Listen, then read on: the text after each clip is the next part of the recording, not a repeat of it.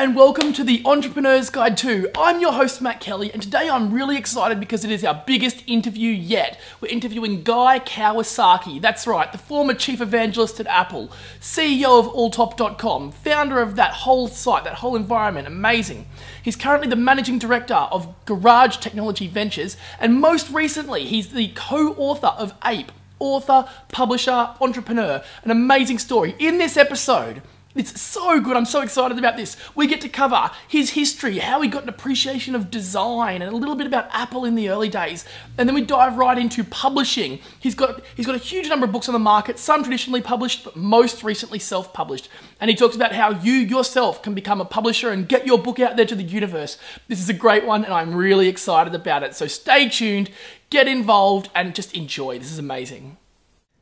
Ladies and gentlemen, welcome to another episode of the Entrepreneur's Guide 2. I am Matt Kelly, and today I am so excited. I'm joined by a superstar in his own right, Mr. Guy Kawasaki, the co-founder of alltop.com. He's the founding partner of Garage Technology Ventures, which invests in a bunch of startup companies. He was previously the chief evangelist at Apple, so he's written a bunch of books. He's got some great stories, and I'm really excited. Guy, thanks for being here.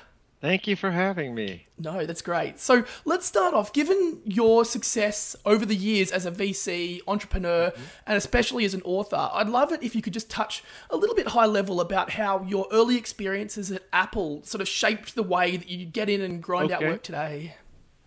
Even before Apple, my first real job in life was I worked for a jewelry manufacturer who sold finished jewelry to jewelry stores. And that was a very formative experience, very valuable because I learned how to truly sell. And from there, I went to Apple and I learned how to evangelize. And so those two jobs were just pivotal in my life.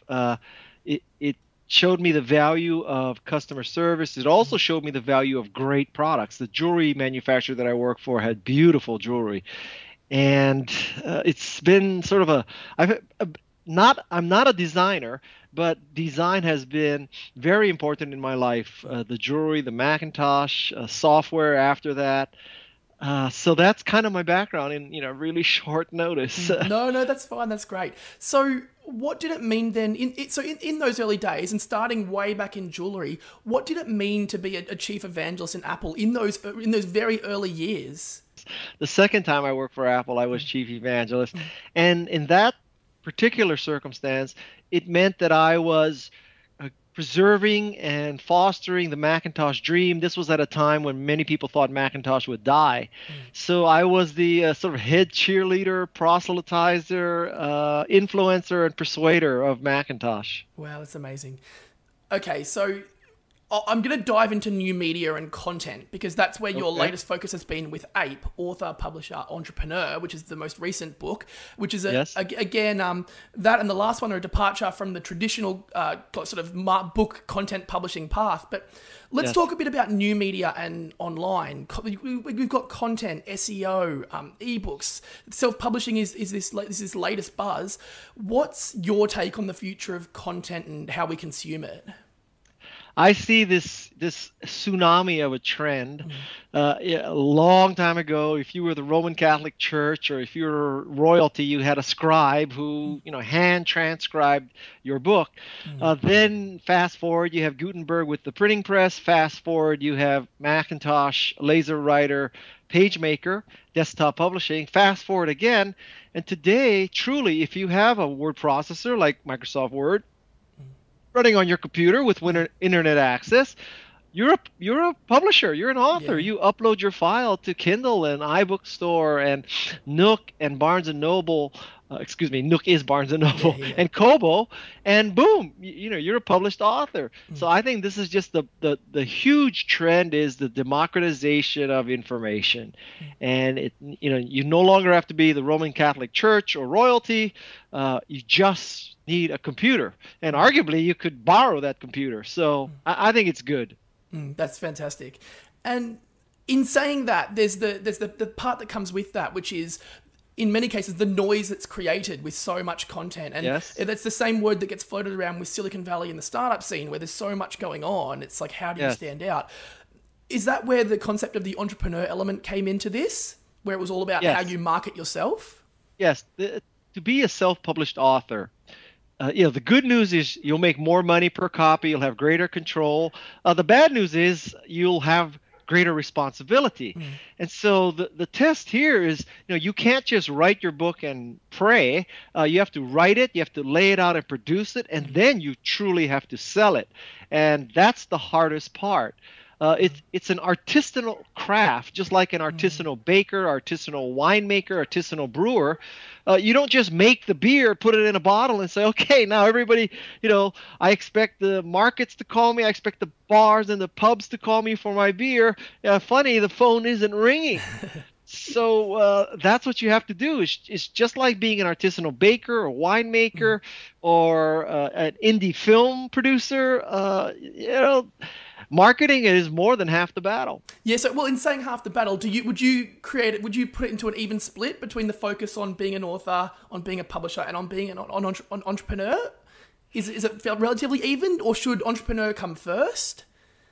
When you mean first, you're saying emphasis? Yeah, in terms of focus.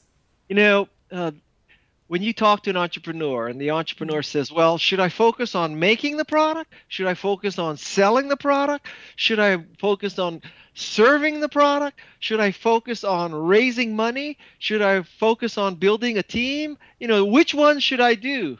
Well, I hate to tell you, but the answer is all of the above, all simultaneously. The same thing is true with being a writer. The moment you start writing is the moment you start building your marketing platform. And that's just the way it is. Yeah. It's definitely a big departure from the way it was done, but many argue that it's more exciting anyway. I would love to just touch on the sort of the technical aspects to it, because I hit a number of hurdles. I know that there's a lot of talk around how to actually self-publish, and no doubt that's where the concept of this book came from, because that it isn't the straightforward like boom, it's easy, and that's where a traditional publisher made it so simple. I hand you my stuff and you go and do it. Is that where the inspiration came from to co-write Ape? Well, the inspiration for Ape came because I self-published my previous book, What the Plus, and I found that to be so hard, like amazingly hard, that I decided that I would explain this process to people so people wouldn't have to suffer as much as I did. And I wanted to empower people. I know lots of people want to write books, but you hit a wall when you try to publish it. Now that wall, you will hit that wall, but there are ways to get through that wall. You can hire people. You can do a really simple book. And then, so let's say you get past that wall, which is, a non-trivial challenge in and of itself. The next wall is even greater, which is the marketing wall. And so I thought, I don't want to give people the impression that all you have to do is write it. And I also don't want to give the impression that all you have to do is write it and publish it, because you really need to write it, publish it, and market it. That's why it's APE, author, publisher, entrepreneur. No, that's very interesting, very interesting. And I suppose the last main question of this conversation, which is, in the entrepreneurial startup business world, the way I see it is that so many people fancy themselves as being authors. Everyone's got a great story and they want to tell it.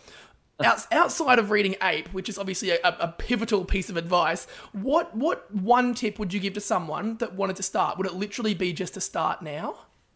Yes. I think that this is just like being an entrepreneur. Have you ever met people who say, I've had this idea for about 4 years, and thinking about it, and you kind of want to say to that person, well, I guess you're not an entrepreneur, because if you're thinking about it for 4 years, an entrepreneur would have been, shipping it for the last 3 years. So what's the story? And that's it. You at some point you need to stop talking and you need to start writing or doing, and that's very important. In the United States, somebody did a survey and they said that something like 80% of the people in America believe they have a book in them. Well, that would mean that there's 240 million books coming. Books coming, but there's not 240 million. Now, granted, if 240 million Americans wrote books, it's not clear that how many would be good. But still, I think with this democratization of information, that books will come out that would never have come out before. And it cannot be that 6 large publishing organizations in New York have omniscience and omnipotence and should decide what the whole rest of the population should read.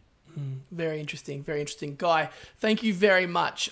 Listen, if you're interested in Ape, which no doubt everybody will be, apethebook.com, or you can get more information about Guy at guykawasaki.com. Obviously, you can find Guy on Twitter, Facebook, especially Google+, based on the book What the Plus.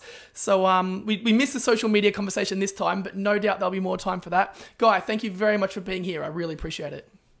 Take care. Well, that was my interview with Guy Kawasaki. Now, I don't think I need to say any more. He was an amazing guy to talk to, such quality stories and an amazing background. If you want to learn more about Ape, author, publisher, entrepreneur, you can hit it up at apethebook.com. You know where to find Guy Kawasaki. He's all over all the social networks. If you want more from me, the Entrepreneur's Guide to.com, or hit us up on YouTube, Facebook. We're on all the sites. Make sure you subscribe on YouTube and get involved. Make sure you keep putting your dent in the universe and get out there and enjoy it. This is Matt Kelly signing off.